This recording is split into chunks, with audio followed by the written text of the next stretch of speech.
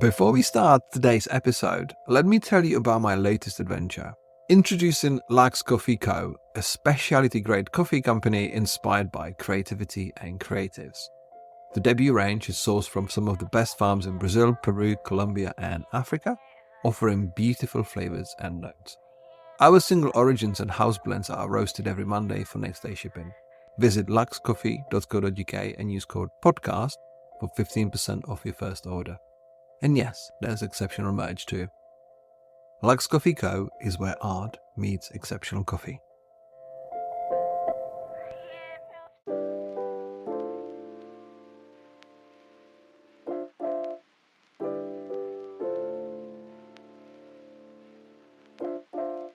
I'm the eternal optimist. It's terrible, but I always think that no matter what the thing is possible, it just goes back to how much you want it.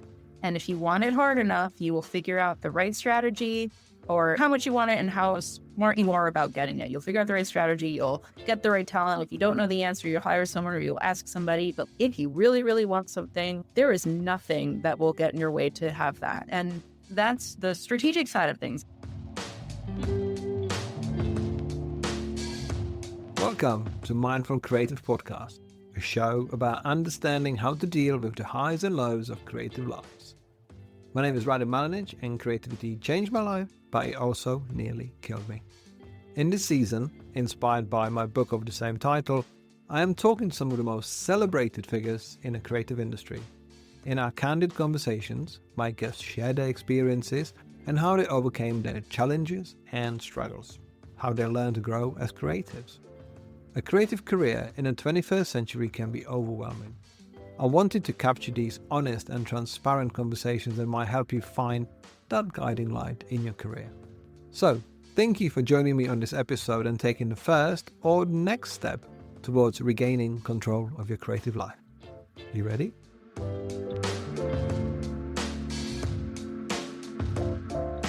Today I'm talking to Talia Cotton, who's an internationally recognized designer, coder, and a creative director known for pioneering the integration of technology and graphic design. She's the founder of Cotton, an award-winning design and technology studio based in New York City. In our conversation, she shares her journey from growing up in a musical household, talking about her year teaching English in Italy, overcoming a life-threatening accident, and how her musical background influenced her approach to design and coding. We also talk about her strategic mindset towards business growth and her philosophy on team happiness and creative leadership. It's my pleasure to introduce Talia Cotton.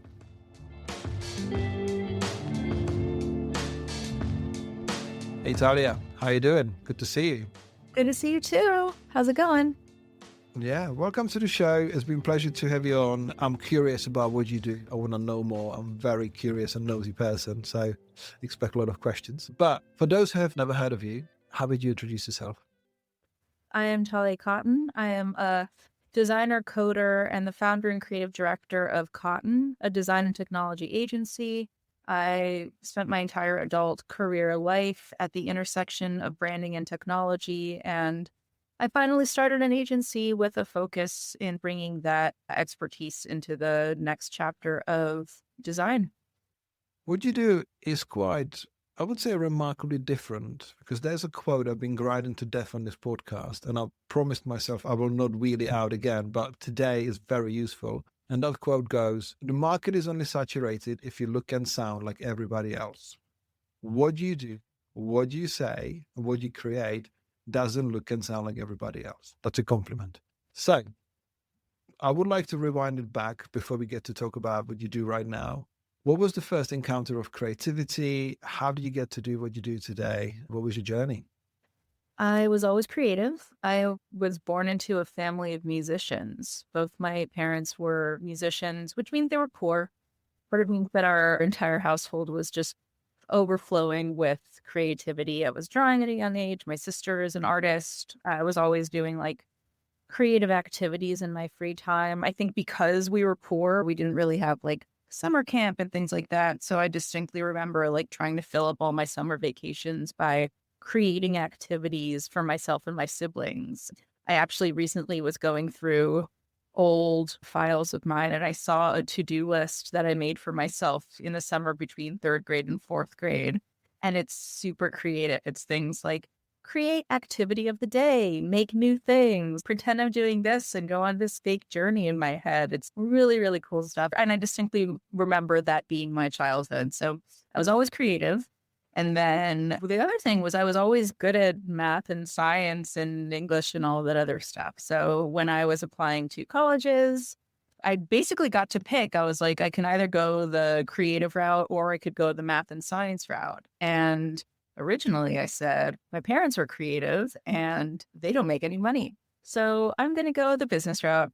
So I actually originally studied business and psychology. I did that for a couple of years. I was really missing the creative aspect of that. I just remember like drawing in all of my spare time, doodling on all of my statistics, things, just be saying that I wanted to be more creative. And eventually I transferred over into Parsons, discovered coding there my first semester. And pretty much as long as I've been designing, I've been coding as well. So since the beginning, I've seen them as one and the same. It's not that I was designing first and then I was coding or the other way around. It was like, always there side by side. My design teachers were critiquing my work that I had decided to make with code.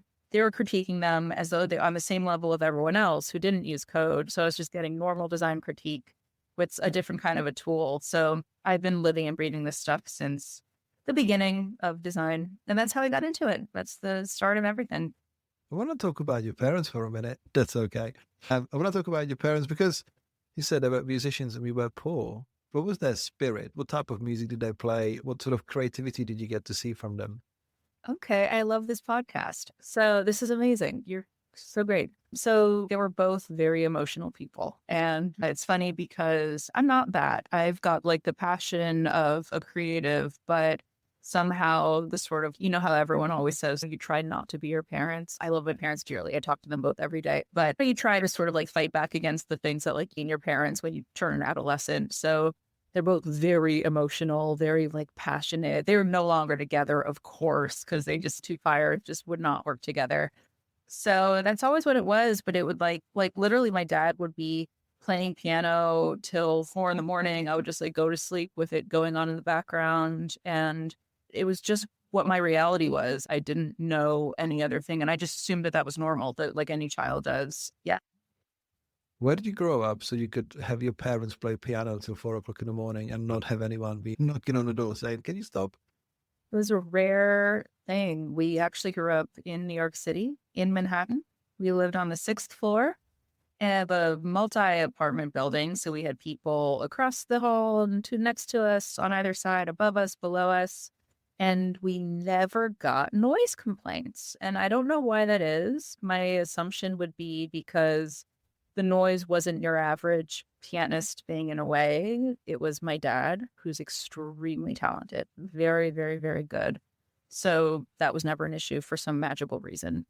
I love it. You try to imagine the situation, like what was it like at 4 o'clock in the morning to have someone play and actually no one complain because, as you said, the talent must prevail over the noise and sleeping people. We were lucky because for that, I used to play piano till college, till after college. And there was actually a point in my life where I was going to become a professional pianist. I was competing, I was performing, I was playing, I was practicing for 6 hours a day. I had a whole repertoire. It was super cool. But I guess what's nice about that is because the neighbors were so forgiving, it didn't even occur to me that that was something people would be complaining about. So I was also able to just like practice all the time. Piano. Is it because you like maths or like piano to me is quite sort of mathematical instrument? Was that your first choice or did you gravitate to any other instruments?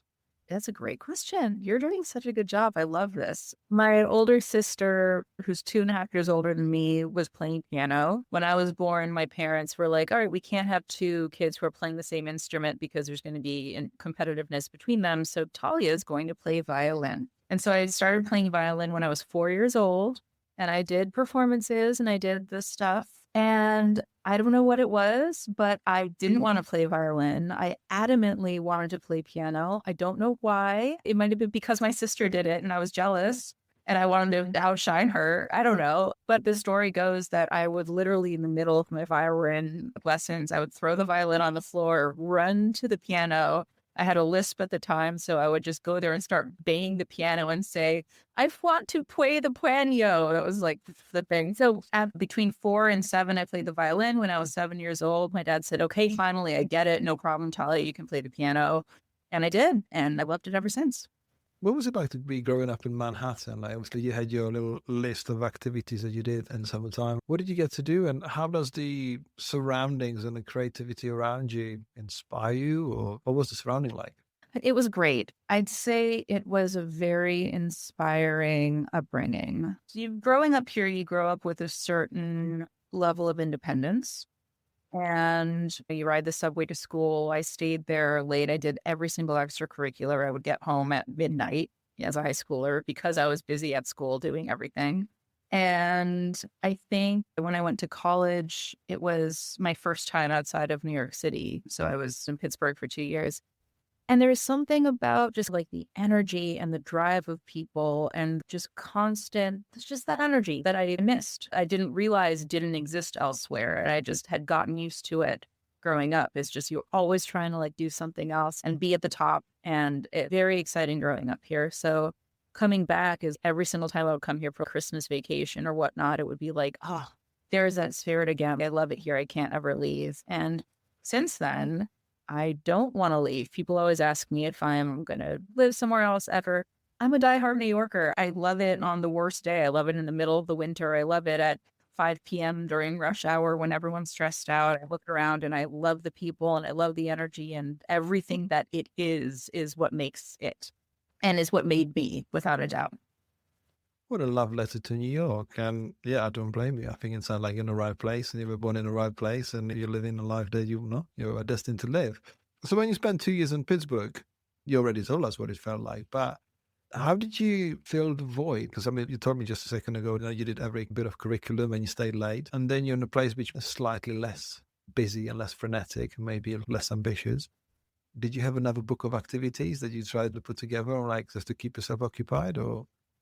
When I was in college there, I paid for my own college, and Carnegie Mellon is a very competitive, difficult school. So my workload kept me busy. But on top of that, I was also the only one of my friends who had a full-time job. I was working 40 hours a week doing, or maybe not 40, but I was working almost every single evening at a bar/restaurant, a cafe thing, just to make money so I could pay rent. So that's what I did to pass the time. And I would hang out with friends. The kids got to live, but that was mostly what I did.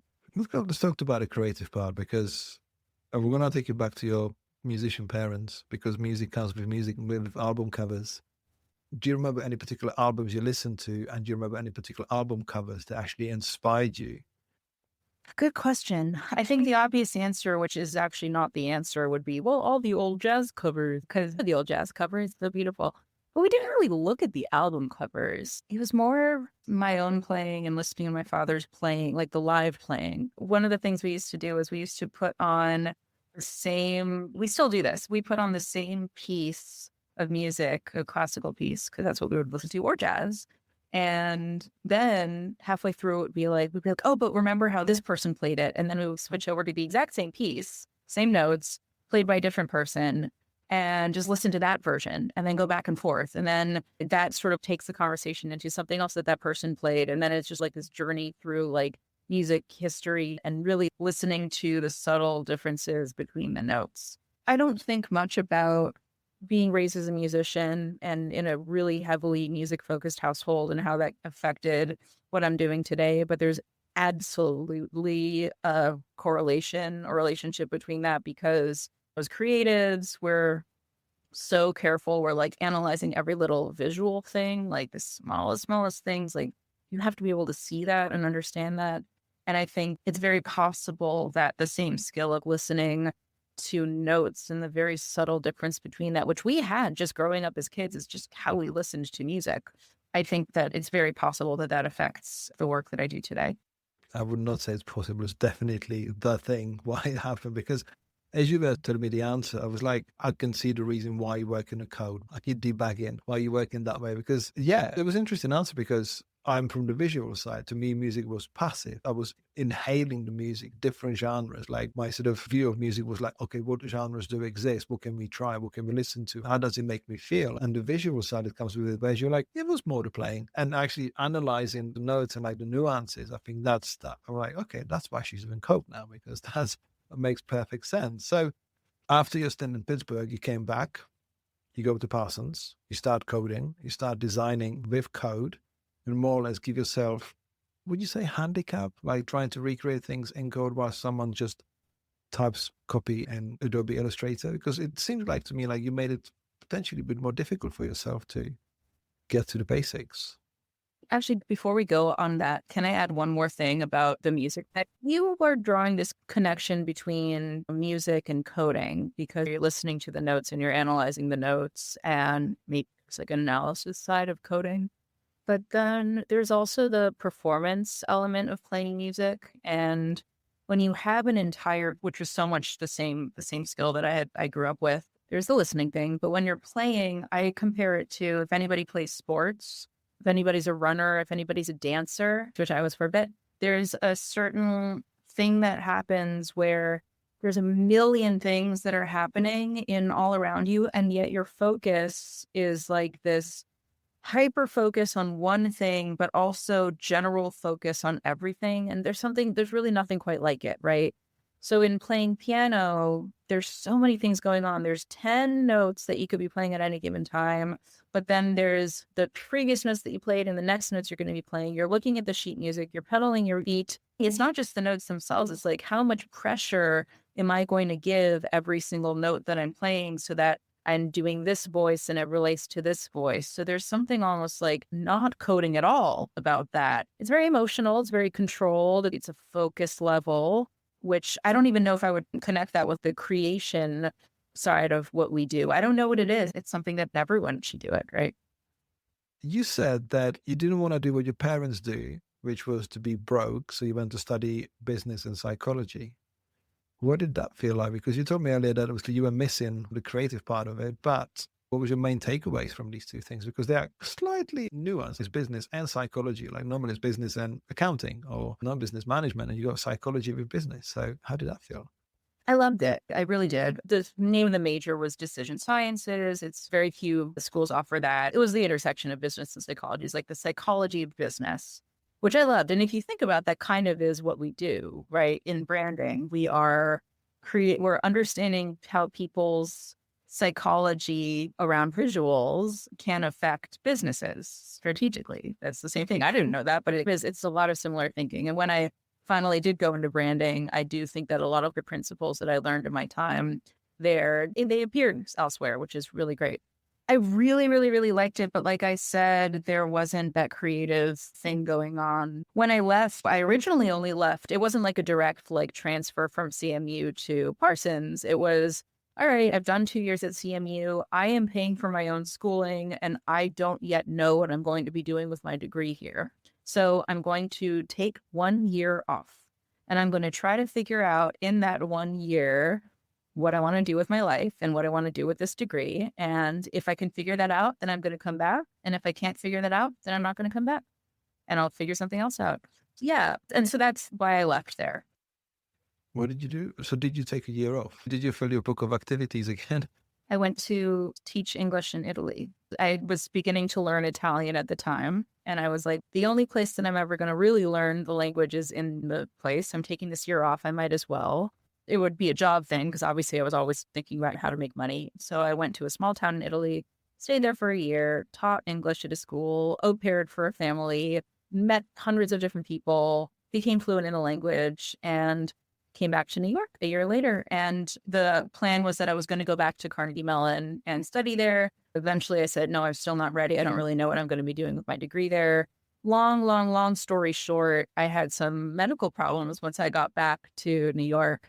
And a couple years after those medical problems were resolved, I enrolled in Parsons, and the rest is history. As you will see, I've got a habit to take you back a bit by one step. For every question and answer. How was Italy? Whereabouts did you stay in Italy? And what was that change of scenery? Because obviously we've done New York, we've done Pittsburgh, and now we are in Italy for a bit. So, yeah, so I wonder any particular surroundings that you enjoyed there with your sort of picked up a new sort of Italian lingo. How did it feel like? What was the life like away from New York for a year? Did you ever travel before you were like 30? Did you travel in your 20s? I moved to the UK when I was 20 and I've been here for 25 years. I traveled a lot as a child. Yeah. Yeah. I think another thing I would recommend for everyone to do, first of all, learn how to play piano when you're 4 years old, but take a year, like a full year in your 20s and live in another country.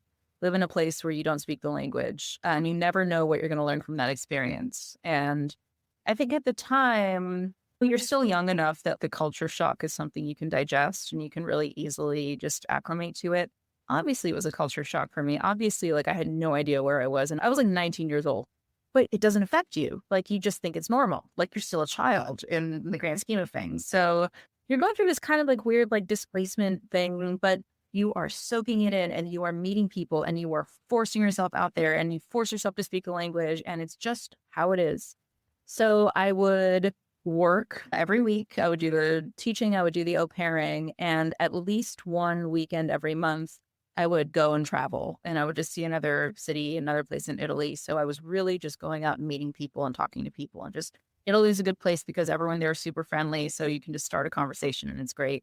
I think what I learned from that whole trip, which definitely applies to the job that I do today and creatives as well. Another reason I'd recommend it is because a huge part of being in branding and design in general is talking to people, getting them to open up, understanding them, sometimes reading between the lines, just speaking to them on their level and putting your biases aside and sort of like saying, I know the world through these eyes, but I'm going to, for temporarily while I'm talking to this client or this person, I'm going to try to see it through their eyes. And I think being young, doing that for a full year, just sort of like, I don't matter. I'm just going to experience everything and soak everything in and hear these people's stories and communicate with them any way that I can, even if we don't speak the same language, is a very, very good skill to adapt when you're younger.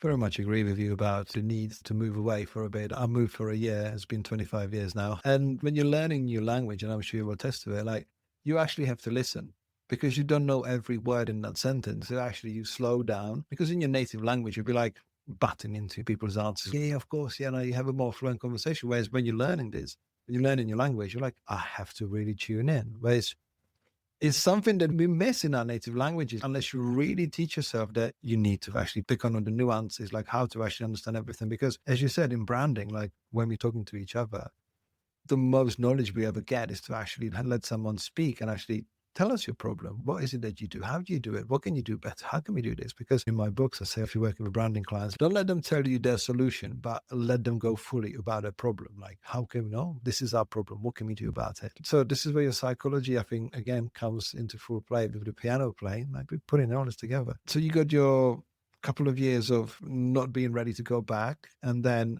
you go back and you go to Parsons. So how was that as a next chapter? It's interesting because I said something in between Italy and Parsons, and I always tend to skip right over it. And the nature of these questions have been going, I feel like unfair for me to skip over it. And especially, I think your question is like, how was that transition, this new thing?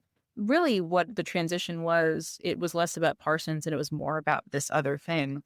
Basically, what happened was, I am going to skip over the details because it's just disgusting, but I had a very bad life-threatening accident as soon as a year after I got back from Italy, a little less than a year after I got back from Italy. And then that put me out of commission for everything in my life for my early 20s for 2.5 years. I was in the hospital doing stuff, had 5 surgeries, couldn't go back to school, couldn't do anything. But in that time, I was being a little bit more creative than I ever had been prior because it was the only thing I could do. My hands were fine. So I was like painting a lot. I had a friend who was actually a teacher at Parsons who like gave me all of these like prompts to do things. I did some continuing ed painting classes or sketching classes at Parsons just to keep myself doing something. And then at the end of my 5th surgery, I remember I was in the hospital bed and I was just tired of the whole thing. And my doctor basically said, you're not ready to go start life again. And I said, I don't care. I'm doing it anyway. And I did. And to answer your question, my first time back at Parsons, I was the girl on crutches. They had told me that I wouldn't be able to walk again when this whole medical thing happened. And luckily that didn't happen. But I was like experiencing life for the first time again. So obviously you're seizing it. Like, I'm on crutches. I'm a little bit older than everyone else there. And I was just so happy to be doing anything. I was happy to be alive. I was happy to be doing creative things. I was really smart because I had the business and psychology background, and I was a creative school where everyone's doing not business and psychology.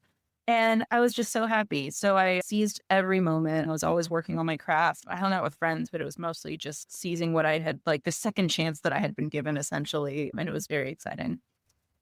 Thank you for sharing that, because I did gloss over this purposely. I didn't want to go into a detail, but I'm glad you shared it. So it does sound like you didn't really need a sort of a nudge to appreciate your life more because you were living life full. But after your accident, after this episode, it sounds like you were not chancing anything. You were going for everything that you could see.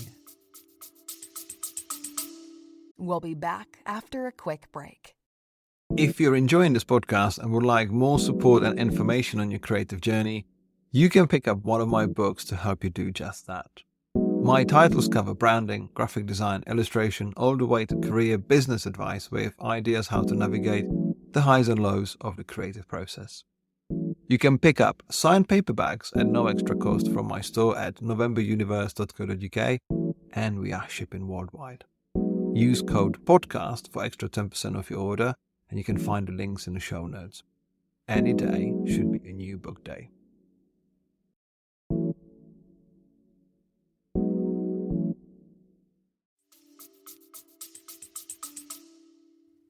Yeah, I did. Like I said, I mean, I was very confident at that time also. I remember a funny moment where one of my teachers was collaborating with Stefan Sagmeister on something. And I just remember running into him in the lobby of school one time. And I was like, hey, what's going on? And he's like, oh, nothing. I'm just on my way to Stefan Sagmeister's to do blah, blah, blah. And I said to him, oh, okay, I'm coming with you, as a joke. And he was shot right back as a joke. Okay, let's go. And we just sort of like joked our way through. We went to Dick Blick. We got our art supplies. We were like, okay, I'm going to do this. And we just sort of like, I just joked my way confidently into Stefan Sagmeister's office where I worked for the afternoon. I was like turning the page. I was doing this. And Stefan Sagmeister complimented my sweater. And I was just like on cloud nine the rest of the day. But that was a really good just demonstration of how I was so confident. I was so happy. I was just like, just taking every moment that I could to just kind of like put myself out there and enjoy just, again, that I had this chance and this opportunity. Is your confidence pure New York, or was it just like at that moment after your accident, like anything goes, I'm going after every opportunity? That's a good question. I don't think it's the accident that did that. It's a little bit of everything. Yeah, I don't know. Yeah. Every time I meet people from New York, they always come across like, yeah, I'm going after everything in my life. This is how I've seen the surroundings work. Therefore, I feel the same. And I think it just becomes a norm. There's a beautiful sentence in a book by a guy called Derek Sivers.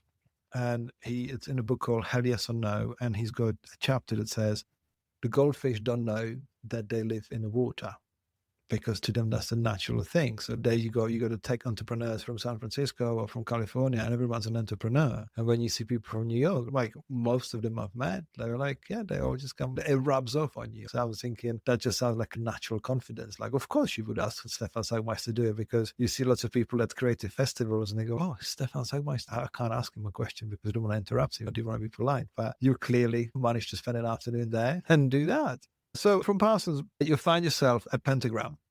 What was the motivation for going to Pentagram? So it kind of, I was coding a lot at Pentagram. It was a good kind of crossover between design and code. Prior to that, I had worked at another branding agency. I was their digital lead, meaning that they saw that I had this skill. They wanted me to sort of like lead them into the next chapter, but there was still enough resistance in the leadership there that I wasn't able to really fully overlap the two. Then I became an independent creative and developer. So I did a lot of just web development stuff on the side, but I was also doing some creative stuff. And then Pentagram Georgia Luby emails me one day and says, hey, I don't know if you're looking for a job, but I'd like to hire you at Pentagram. And I'm like, okay. So I never interviewed there. I just got the job. But when I was there, it was on Michael's team, since he was an expert in branding and still is, and there's nobody who's ever going to be that good. I was leading a lot of the code-based branding things. So they were a little bit more interested in the future of design, like how do you make a generative identity? How do you make a website that's a little bit more creative? So I was leading the charge on those kind of projects. I was helping out the team in a lot of small things. I was helping out like sometimes some of the other partners as well. And then on George's team, she has a data background. She doesn't have a branding background. So I was leading the branding projects from a data / numbers / coding lens. So it was really opposite ends of the spectrum. And it was really good because I got to work in both of those types of worlds, and because I had the autonomy while I was working there to get the confidence that I needed, right? So because I was leading the projects, I wasn't necessarily answering to them. They were kind of like, I was presenting my expertise in this way. Oftentimes I didn't even have to get their approval before showing it to the client. It was really this kind of like autonomous role, which was very good for me. And led me to the next thing, which we'll probably cover at some point too. It sounds like your role at Pentagram actually merges your business and psychology, because you were talking about data, you were talking about branding, you were talking about how it all comes together. So, I think when people look at their sort of journey, sometimes they don't feel like, how will this add up to that next thing in the future? And I think in your case, I would say it's a non-linear path, but when you stack it all up, you're like, yeah, that's a linear. Like, obviously, you can follow it. If you go abstract mind like mine, yeah, to me makes perfect sense. Absolutely perfect sense. So you've decided to leave Pentagram because you were not that fulfilled, from what I know, if I got that right. And you've decided you've started your own studio, and this is where you are now for the last few years. And as we all know, and most of us all, like, starting your own thing sounds fun, but it not always is, because it obviously entails a lot more than just creating lovely animated things and code and stuff. So how was that transition for you? Very strategic. I never wanted to start my own studio. I think there are too many studios out there. And I don't think you should reinvent the wheel. Just if you want to work at a studio, work at a studio. And I weirdly, even though I studied business and psychology, I was never interested in the business side of things. I didn't like the idea of having to like deal with payroll and deal with getting clients and deal with all of the shit that comes with making a business. And despite this awareness that I didn't want to start a business, I still deemed it the best possible thing that I should do at the time that I left Pentagram, because I still wasn't able to combine design and code as well as I could if I were on my own. And so far, it's been a dream. It's been everything that I've ever wanted it to be. But that transition, like I said, it was strategic because I knew that it doesn't sound fun. You said starting your own business sounds super fun. It doesn't sound fun. It sounds like a headache, and it has the potential to be a headache. But I spoke to a lot of people. I got accountant, a bookkeeper, a lawyer. I set up my books. I set up my project management backend software. I set up like this pipeline tracker of every new business that got in and like tracking them through. I made sure that we were set, right? I always try to beat the next problem to the punch. If we got too much work, I tried to hire someone. So it's just been like pushing through the shit for the first couple of years of business so that I can come out at the end and actually do the thing that I want to be doing, running a large team, being like making the kind of work that I want to be working, not just as a sole practitioner, but as a business person, a big creative director, woman-y thing. So that's the goal, and that's how it's going, and it's going great. It's exactly where it needs to be, and I'm excited to see what happens next, but I'm also pretty sure I know that it's going to be great. When we take you back to the initial quote I said, the market is only saturated if you look and sound like everybody else. What you do doesn't look and sound like everybody else. So how was it to find new clients and how to get off the ground? We've luckily never had to, for now, we've never had to go out and actively look for clients, which is great. The fact that I can run a business, pay many people's salaries, and also pay myself, and also make money for the business without having to look for clients I'm so blessed. I don't know how I got that lucky, but I did. And yet, like I said, my dream is I'm not trying to just sort of like start a studio and see what happens. I want to build. I want to make jobs for everybody who loves doing what we do. And I want to run a team of 100 people or create a hierarchy like that. And that's the kind of thing that doesn't necessarily happen without a little bit of strategy. You are catching me at the end of, we just celebrated our second birthday. And what's nice is that the first half a year to a year of business data, I'll call it, the types of clients we get, the types of proposals we win, things like that. I don't really count it because it's the first year of business. It doesn't really count. It's not really going to define how things are going to go. But we finally have enough business data to sort of like look back, see where we found all of our clients, what we got paid, what we lost in the process, what proposals we won, what proposals we lost, how many hours we're spending on this, how many hours we're spending on that. And I just ran the numbers. I just grabbed that data. I just did a whole company audit all by myself for now. Next time it'll be someone else. And really trying to like honestly look at what are our weaknesses so that we can plan our next step. And it's possible, it's likely now that we have some really good clients under our belt, some really great projects out there, that in the next year, I will try to explore the world of actually putting ourselves out there and actively looking for clients, because that's not something we have done. And I don't think that you can build that big as I would like to be just by seeing what happens. There's some studios that do it. I can name a couple that do it and oh my God, it's amazing. But I just want to make sure I'm covered and do what I know how to do and just sort of like strategize that way. You said, I feel like I'm lucky, but the luck favors the prepared. Like you were prepared to be lucky. This didn't happen by accident. Yeah, what you're describing, I think there's a playbook for someone who's actually looking for advice. It's not going to come to you. Like you can be in demand studio. When you come up with something new, you've got that tinge of, oh, what are they doing? This is different. And it lasts for a while. And I think it's happening. And it happens to freelancers, creatives, illustrators. You're the new thing. But then the flame, until you really have a strategy of how to keep it alight, then the flame will go out. And I think that happens to quite a few. You mentioned that you did your data, you did your audit. You're kind of like, again, who does that?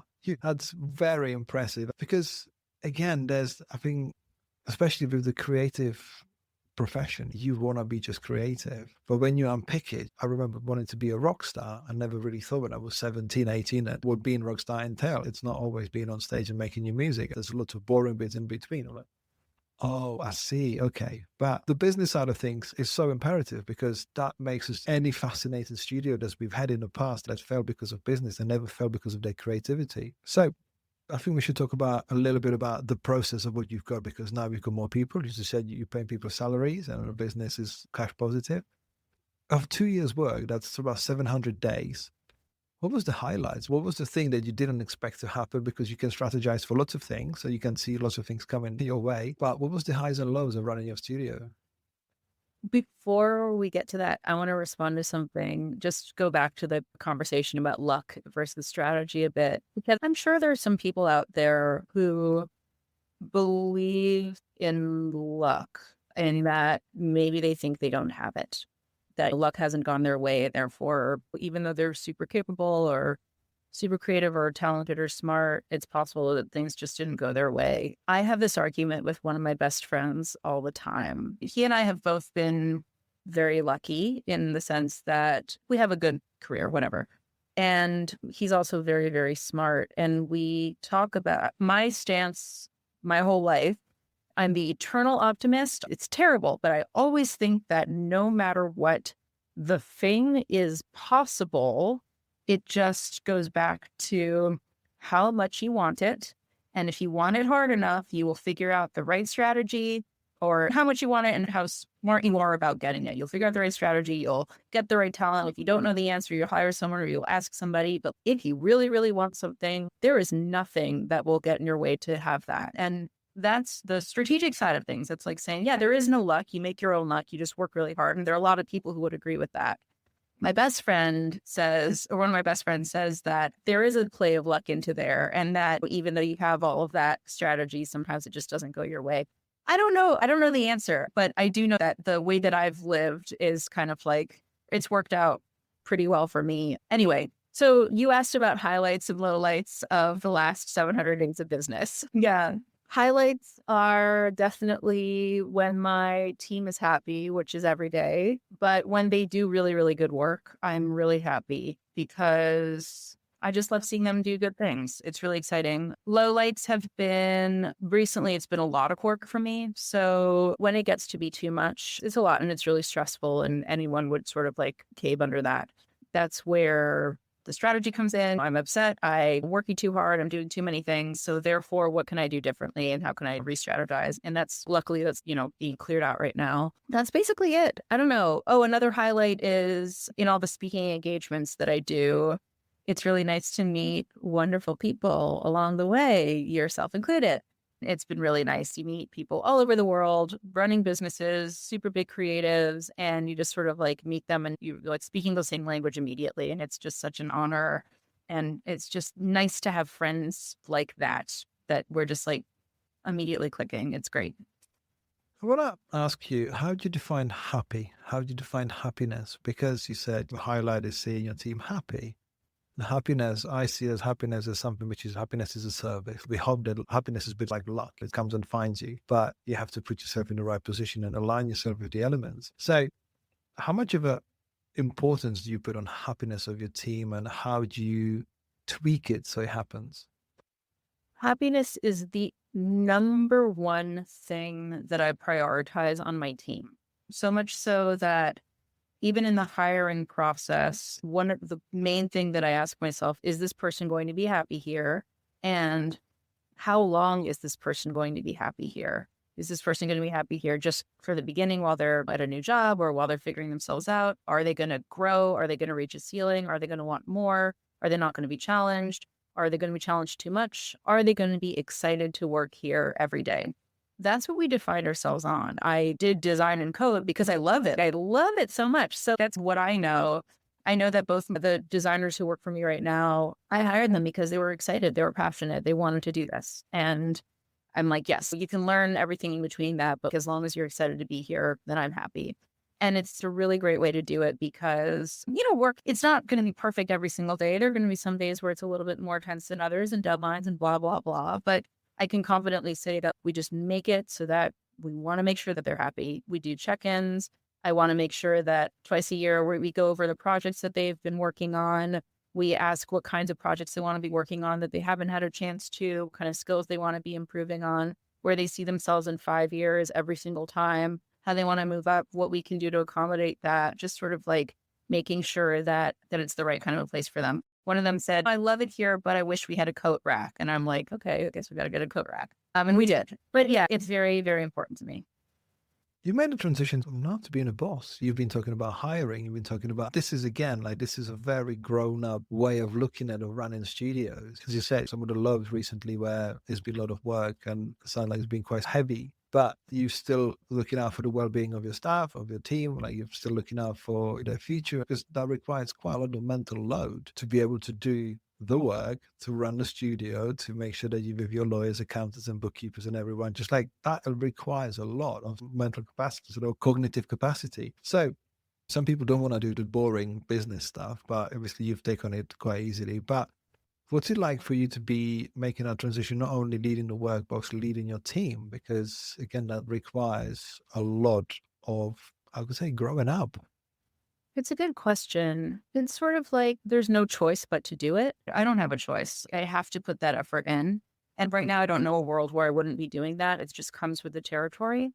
I will say it is a big focus of mine, especially considering that we are eventually going to like structure and have directors and whatever. Hopefully, we'll see what happens, but just like that tiered system. So I think the more I think about team right now, the better it'll be in the future because that will already be prioritized because the team is everything. The team is the company. I'm the mind, I'm the direction, I'm the creativity, I'm the strategy in terms of combining the design and code because I know that I have that skill and really good at it. But it's also like that if I die, there goes everything, right? So I have to really just build it in a way where it's going to work and live beyond that. And that's what I'm doing. And the team is the only way to do it because they're going to be the hands. So, as you said, you're the mind, you're the business brains. Because the way you're working, I think your studio works in a way that potentially is got an advantage over traditional design studios or branding studios. Of course, there's a lot of digital involved in many places, but what you do is quite ahead. I think we should touch on a little bit on AI because it's been on everyone's lips for a while. And I know that you use AI for a little bit of your design process, but not fully. You don't rely on it, or you just find yourself outdoing not the AI generative process in certain ways. So how do you see the future of Cotton in 5 years or 10 years? From the perspective of AI, right? Yeah, just like how, because we can't deny AI is here. Like, obviously, I'm sure you won't use it as much as we do. I mean, it's an incredible tool in certain ways. It saves so much time and frees you up to do other things. Yeah. What do you reckon? Let's predict the future a little bit. What do you reckon that actually AI, as good as it could be in 5 years, could it be part of your workflow so much so that it's integral? Or do you reckon we still will be, very much using it as a prop, just like we use all of the features in other applications, that it's just the nice things to have, but can't really rely on it? That's a great question. I don't think anyone knows the future of AI, but I can guess. So currently, we use it to help us with just like the tedious code stuff that any developer can write. And that way we can focus on applying the code a little bit more creatively in ways that AI currently doesn't have the skill to do or think about. AI might evolve, but it very likely will. But I still find that I think I'm the minority, but I don't feel threatened. I don't feel that creativity is threatened by AI because AI isn't creative by nature. It requires human creativity to operate. So in that regard, I don't think we'll be threatened. I think we'll probably have either integrated it into our processes even more, but even more, this relates to like the future of cotton. I don't think that projects are going to be our only source of revenue for the next 5 years. I think it'll be that. And I think that what we can do is it lends itself to turning into a product or something that people can use. One of the things we do is we make custom design tools because you create a design system and then turns it, people want to be able to hit a button, follow that design system and make 1,000 different things that come out of it. And right now, there really isn't anything that does that because it always breaks the system in some capacity. So we make these custom design tools where it gives you like the parameters, you can follow that system and it's sort of like make sure that you stick within it, but also gives you super flexibility within it and allows you to do things that you couldn't do necessarily with your average tool. And as we're working on building all of these custom design tools for our clients, we're also thinking about what is the system behind building a custom design system. And that's the kind of thing that we might be able to, I'm thinking about productizing just for now, see where it goes. And it's possible that AI will be one of the things that helps us get there. So that's like a long, rambly answer, but it'll be there throughout. I think again shows your strategic thinking of just like we can do beyond just the studio work because everything changes. Like I think when you plan for the future, what you plan mainly for is the change. Like what you've created today is going to work for now, and then it's going to change in a year's time, 2 years' time. Like I think that's sometimes one of the mistakes that people make. Okay, my business is working now. My work is coming. I don't have to do anything about it. And then you realize, actually, you know what? I should have been planning for the future because it's changed. And it surprised me, even though it was not surprising. Before I let you go, I want to talk about the fact that you said you're an optimist. And you said, how much do you want it? I think that's one of my favorite questions. Again, it's from one of my books. What do you want? Who do you want to be? How much do you want it? And how good do you want to be? What is there in that sort of melting pot of yours? I want to be absolutely clear that I really love what I'm doing and that I found the thing that I'm here. It's just, I love it. It's just everything in my childhood and everything that I've ever done. It sort of like takes me here and it's what I want to be doing. And it's so great. And if I had enough money to retire tomorrow, I would still be doing exactly what I'm doing because it's that great.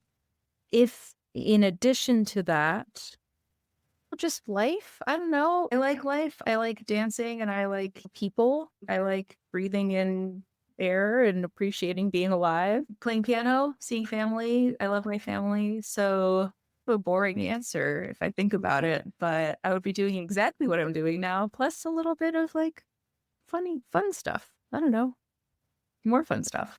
We'll revisit that question in 20 years if you got the opportunity. But I think with what you've done so far and with what you're doing and where you're heading, I'll be excited for what's next because it's not going to be boring in any possible way. Yeah. I'm really thankful for how you led this conversation and what we've got out of this because, I knew a little bit about you and I've got 2 pages of notes now. And I'm truly excited because what you do is truly, in my opinion, unique. And it's got its own sort of identity and signature. And I'm sure you're going to, do some amazing things.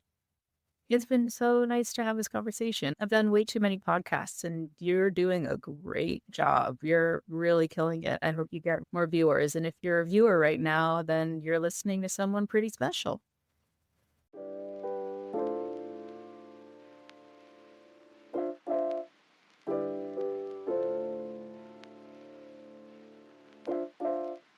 Hey, thank you for listening to this episode of Mindful Creative Podcast.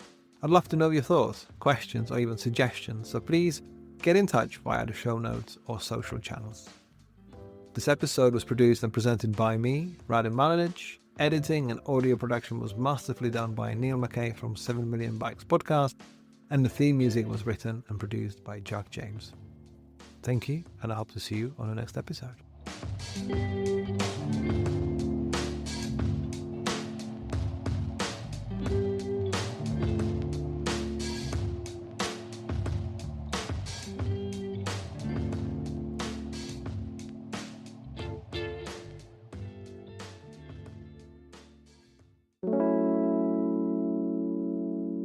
Hey, just a quick note to say thank you for joining me on this episode.